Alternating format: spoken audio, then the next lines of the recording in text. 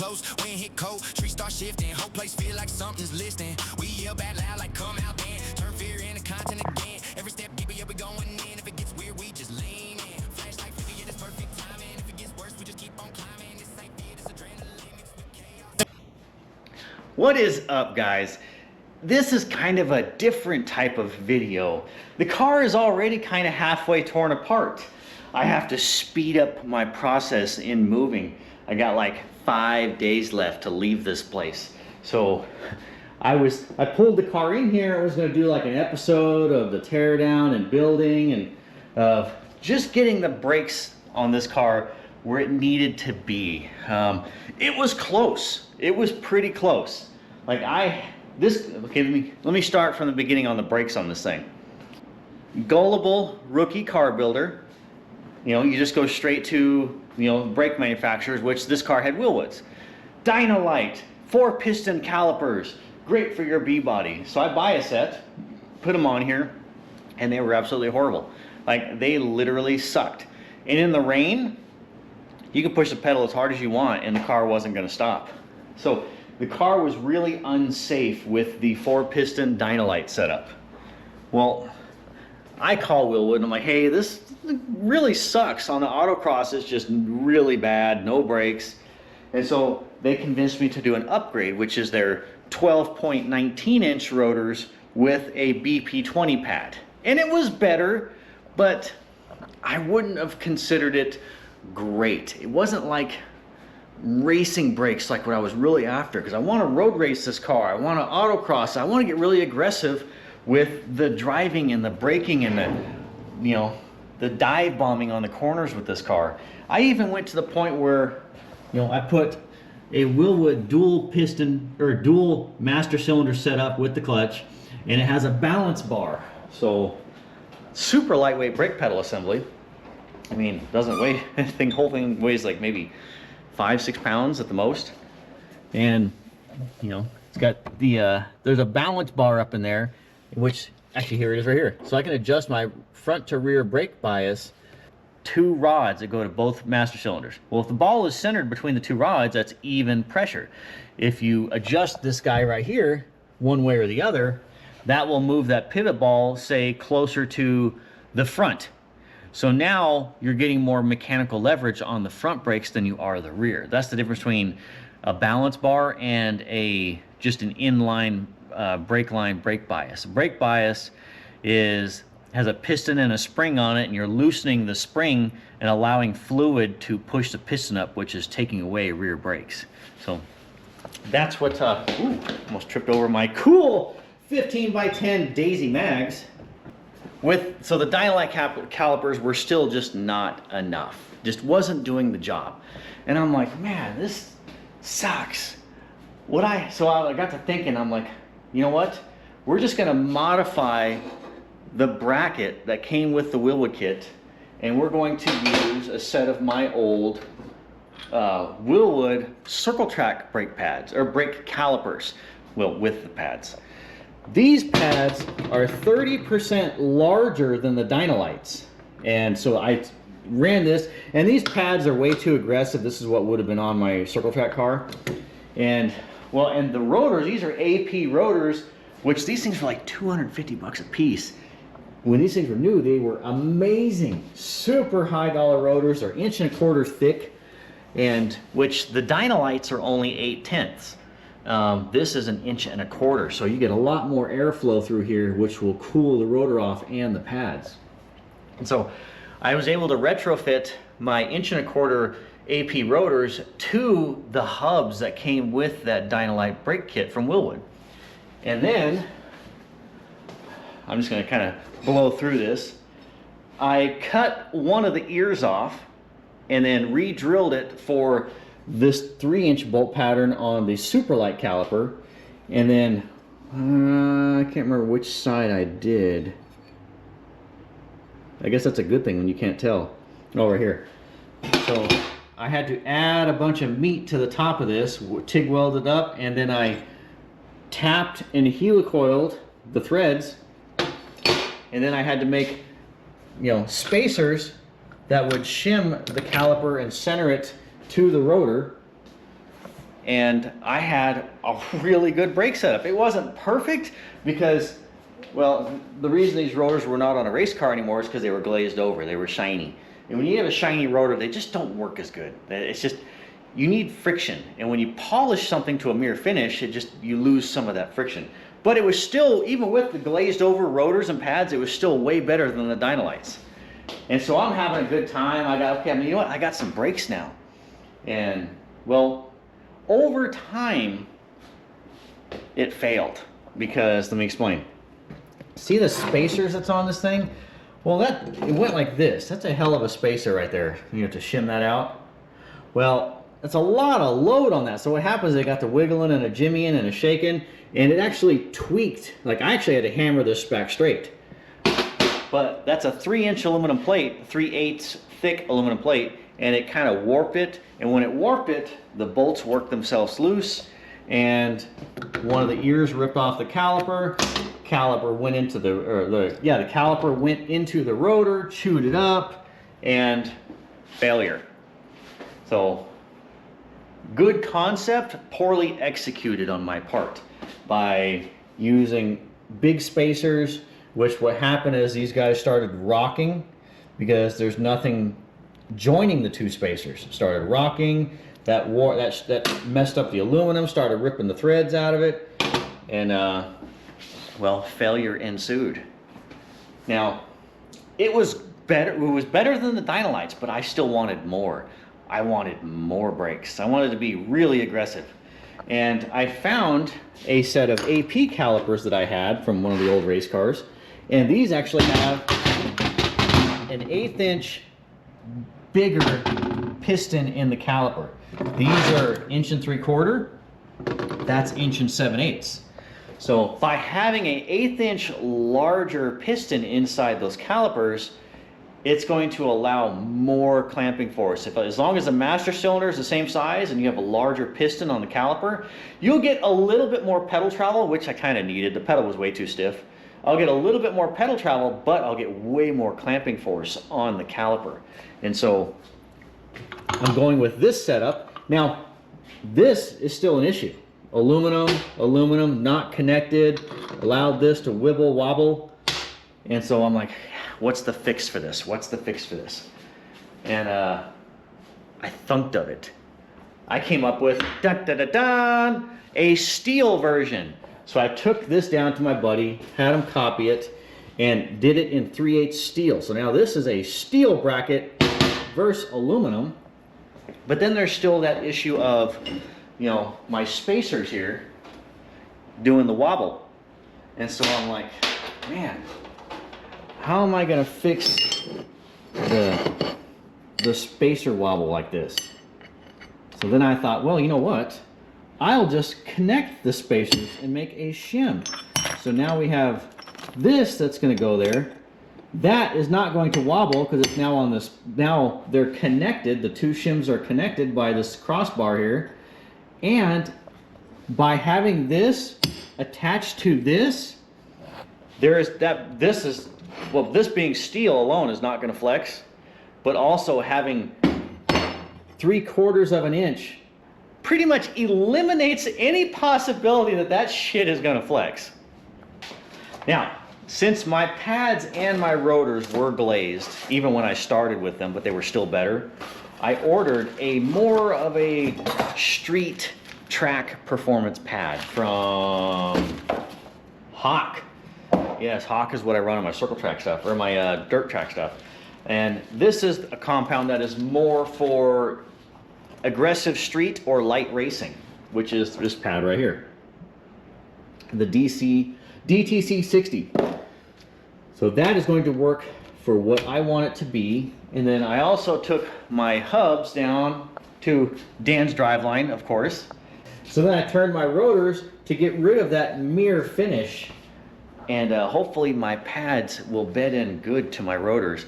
And I will have something that's going to be awesome. I've always been like, lightweight this, lightweight that, gotta make it lighter.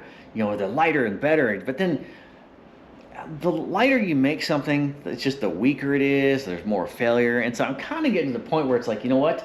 It just needs to effing work. And so we're gonna have a way heavy dutier setup. I probably added about 8 to 10 pounds to the car with this new setup, even though I put all titanium hardware in the car everywhere. Well, it's actually a pretty lightweight car. This is an all steel, all glass 383 stroker, 493 cubic inches. It has a McLeod aluminum twin disc clutch in it. It's got a 6-speed T56 Magnum transmission, aluminum flywheel. It's got some performance stuff and performance suspension in the back, performance suspension in the front. It used to have electric fans and all that garbage. Ripped it all out for the simplistic factory clutch fan or factory fan shroud and a 18-inch flex fan. That works perfect. Simplistic. And plus, think about it. I was burning up belts because I had to buy a $400 alternator to be able to run a fan that was good enough to cool this engine, and I still kept once every couple months having to replace the belt because it would burn it up. So you don't think that you're losing power on an alternator that keeps over time burning belts. Yeah, I bet you the horsepower difference from the electric fans to this mechanical fan is not that drastic. It's probably only 5-6 difference. But the peace of mind and knowing it's going to cool and always work no matter what is definitely worth it.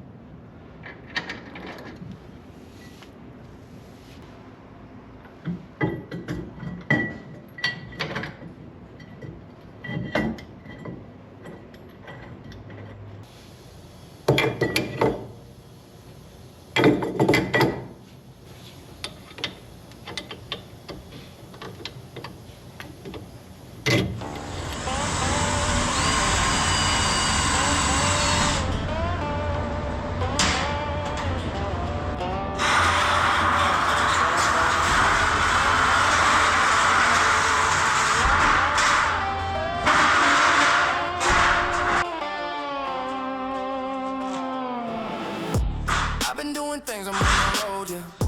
I've been making moves, I'm on the go, yeah. And it's all in good fun, and it's all in good time, yeah. It's all that I got. The team up by my side, and now we all in. Keep it moving now, they see we never stop. 104. Oh, man.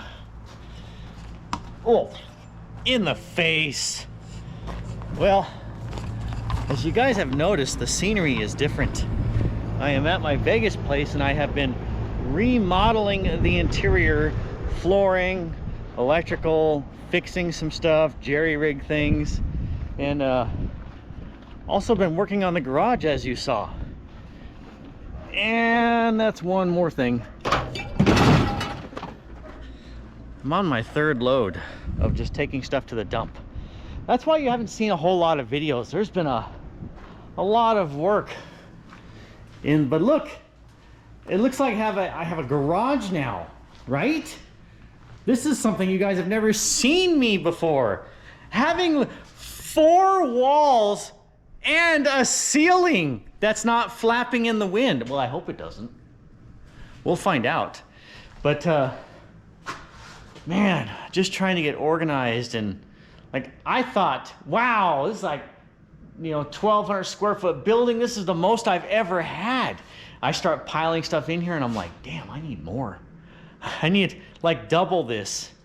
And so I've been having to try and go vertical with everything. And well, I need more space. So I'm gonna have to put up like a shed or something just on the other side of the shop, but big enough to where I can use it as like a paint booth and storage when I'm not painting anything. This is a car you're gonna see on the tubes. I did put a shitload of work on this thing. This is Mike Delph's 69 Daytona. I need to finish getting back on this. I don't know if I'm gonna really do anything with this car. This is a 67 Camaro that used to be my dad's. I sold it to a buddy of mine, and I got to do some build things on it. He's got a pro-charged LS or LT1, LT to the newer LT. I don't know. I can put it in, I can make the things work, but as for knowing exactly what they are, no. I've been out of the LS world so long, I have forgotten more than I knows probably. Anyways, yeah, for LS, what? Birdsong? Yeah, so before I actually got super heavy into the Mopars, I was buying LS engines on Craigslist, the Craigslist days. And I was just doing quickie rebuilds on them, and like dingle balls, bearings, seals, head gaskets, and all that, and then just reselling them. I was, making money on that. But those LS engines is what led me to my first Charger. I had a guy randomly send me a message, hey, are you taking any trades? I'm like, smart ass response. I'm like, not unless it's a second gen Charger. And the guy was like, I've got one. It's just a shell, but if you knock some price off the LS motor, I'll trade you. I'm like, what? That doesn't happen. Sure as shit, I drove to Merced, California, and poof, my first second gen Charger. And so, backstory. Well, it's hot as hell. I've worked a lot. I want to go play. Let's go take Patina and go play. I just got to thinking, I have never really cared so much about brakes until you actually try to go to use them for performance. Because for the average daily driver stuff, even the sissy little 4-piston brakes would be fine for most people. But being I'm trying to do performance driving and everything, I was wanting more.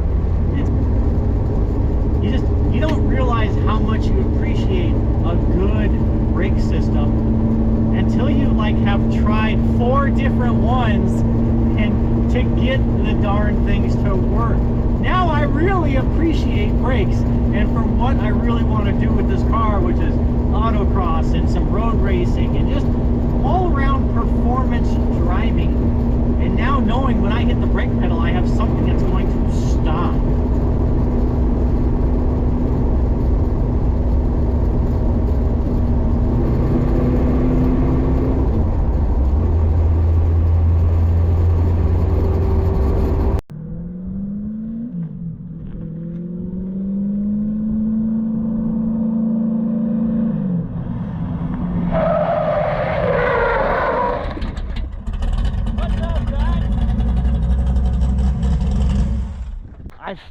Being in the move and everything that was happening, I started doing this brake video, my brake upgrade, what I thought was going to fix all.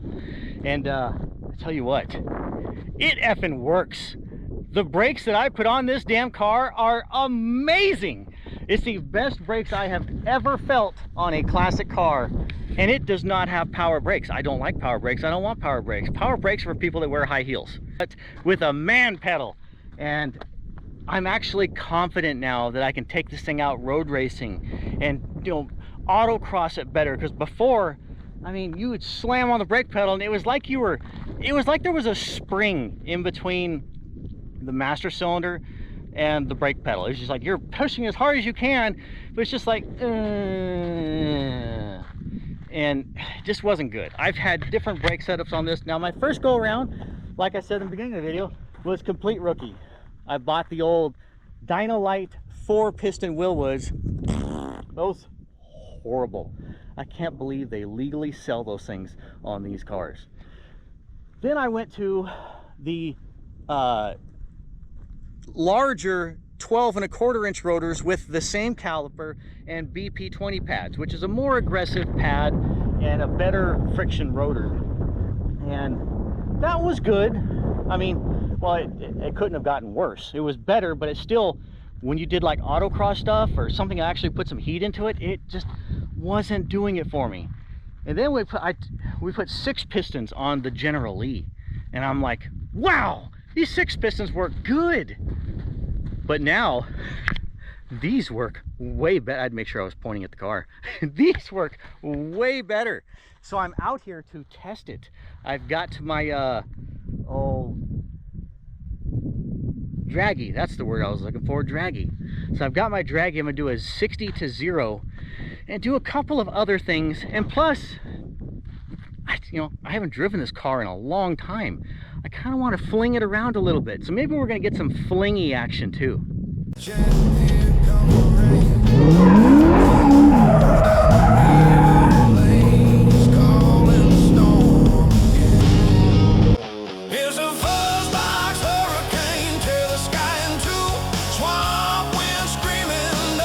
Oh wait, I can't go that way. The road dead ends in front of me. We're gonna have to turn around real quick.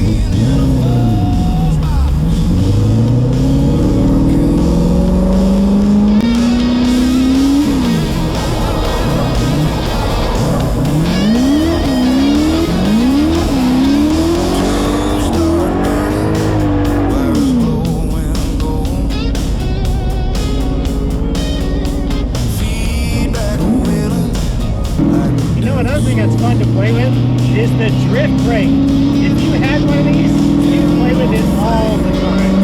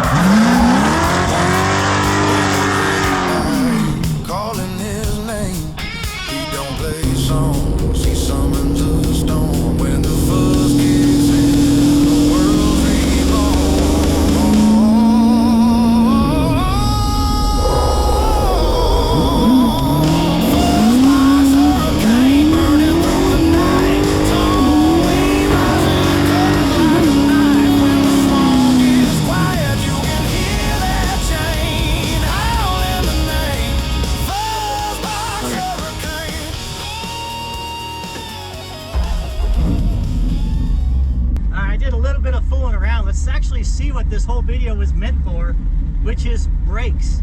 So let's do a 60 to 0 test and see what we're actually getting. I got the draggy hooked up, camera, and we're gonna see what this thing can do on G-forces.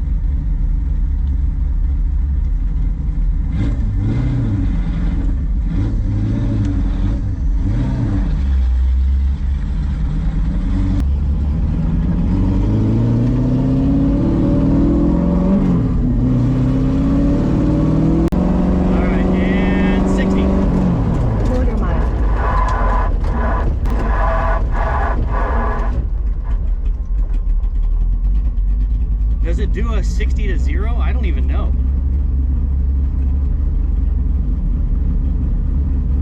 Oh, it does do a 60 to 0.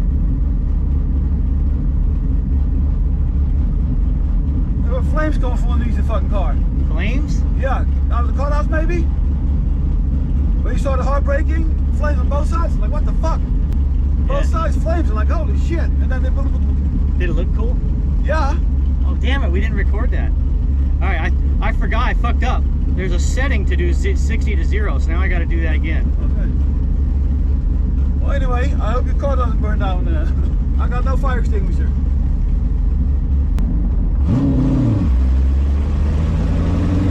Alright, 60 to 0.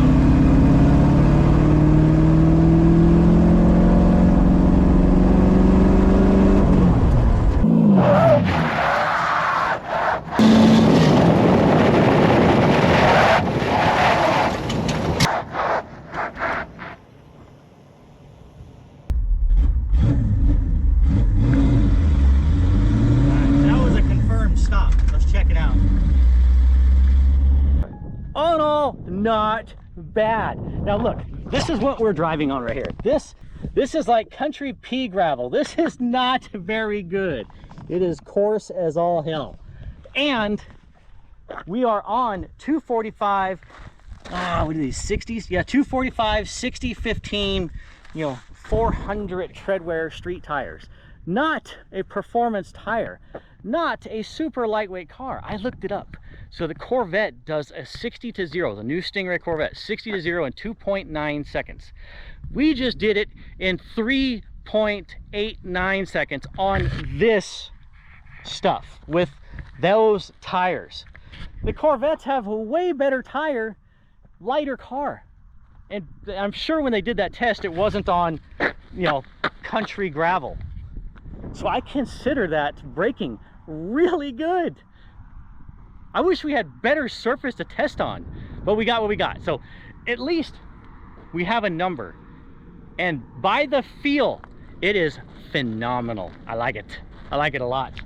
We got just a little bit of sunlight. Okay, we got no sunlight left, but we have a little bit of ambient light. I think we're just gonna go out for a cruise. What do you guys think? Being out here on these country roads, this is like uncharted territory for me. I wonder if someone is like claiming this is their street.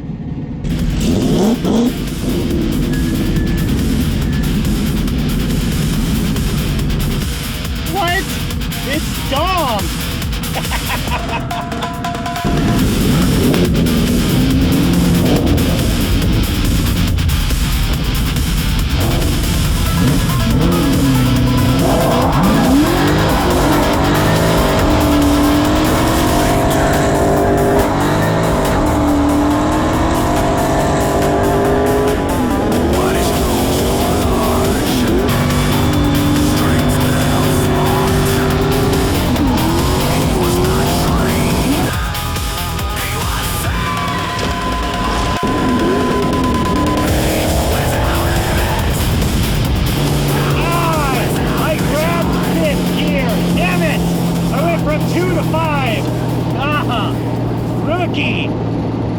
Of course, Dom takes his victory in splits. It might have something to do with, I saw some red and blue twinkly lights back there, so I think he just boogied it. Oh man, it's hot. It's probably still like 100 degrees right now. But you know what? That doesn't bother me too much. We'll put it in quiet mode. Yeah. Incognito, secret spying mode. And then turn on the AC.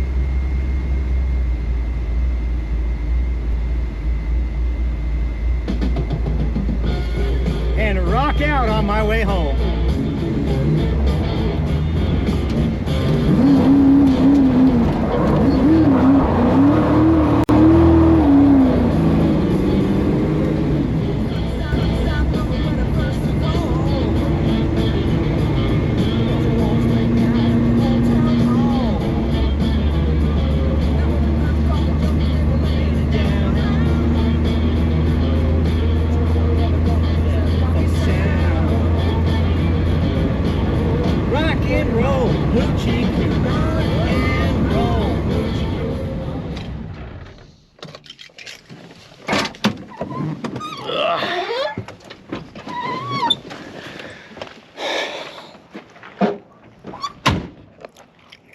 Okay, things I had learned.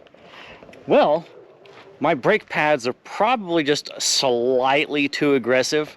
That's why we're blowing sparks like those whirlwind fireworks. It's just bah! It was cool looking, right? But it's kind of aggressive. I think I'm gonna go down, one notch on the brake pads and knock down the fireworks. Hell, I could start a forest fire with my brakes, but they work. Now, am I gonna lose a little bit of brake when I go to a less aggressive pad? Yes, but I wasn't having to push the brake pedal very hard at all to do this. So going with let's just call it a softer pad, I'll have to just push just a little bit harder. So, but I think it's going to be most gooder. So I got to see what is one notch below a DTC 60 brake pad. Another thing I need to do is on heavy braking, that 60 to 0 or 100 to 0, whatever, so much negative G-forces that the fuel in the rear bowl of the carburetor was obviously sloshing out up the vent tube and then down into the carburetor and flooding the engine out. So that's what I need to do is I need to get a I don't think I have any carburetors out here to shows you. And walking back to Patina. Oh, see, one nice thing about having Patina chargers is the whole car is a shelf. Well, anyway, walking back to the car, I just realized, you know, looking at the footage, we were not locking the rear tires up. So I can actually put a little bit more rear brake in it. So instead of just the front tires doing all the work, I can get the rears to start assisting just a little bit. You know, probably only like 10% more, because you go too much, we're gonna start locking the rears up. But I do feel that we can add a little bit of rear brake to this thing. And I bet even with the softer pads and getting the brakes fine tweaked on this thing, see, it's gonna be perfecto. Back to the carburetor. So here's the carburetor. Now what's happening is, okay, here's the, here, we'll flip this around. Ugh. Yes, okay, here's the rear bowl. As I'm slamming on the brakes, the fuel's just going boom and hitting the metering block, which has the vent tube access. And so all the fuel is just coming out of here like a fountain. And what comes up must come down. All into the carburetor, which then floods it out and stalls it. So one thing we can do is we're going to get a different ventilation system here, so that we're going to connect the two and then put some holes in the top where it connects the two. That way both sides can vent, and it'll give just a little bit more height and distance before the fuel just geysers into the engine. I think that's going to assist with our braking. Well, now back to business. I got to get back to more arranging and organizing and figuring out how to cram 10 pounds of shit in a 9-pound bag. So, oh, and I got to edit this video too. So I will holler at you guys later. Thanks for watching. I hope you learned something. I did. And I had some fun too, thrashing on my car. And special guest was Leonard with the 68 black Charger. No, it wasn't Dom, but we always kind of give him, you know, joke with him that he looks like Dom in a black satin 68 Charger, which it is Hellcat powered, 6-speed. It's a fast car. Fiberglass fenders, fiberglass hood, fiberglass trunk lid. It's caged. You know, I built that car for him. It's quick. But you know what? I think, you know, I'm doing, you know, this, I'm doing keyboard math here.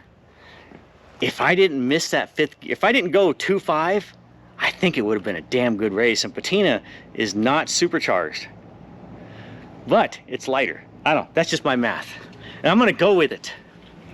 All right, guys, see you later. It's time to feed Bolt. Oh, you're right on cue, Bolt.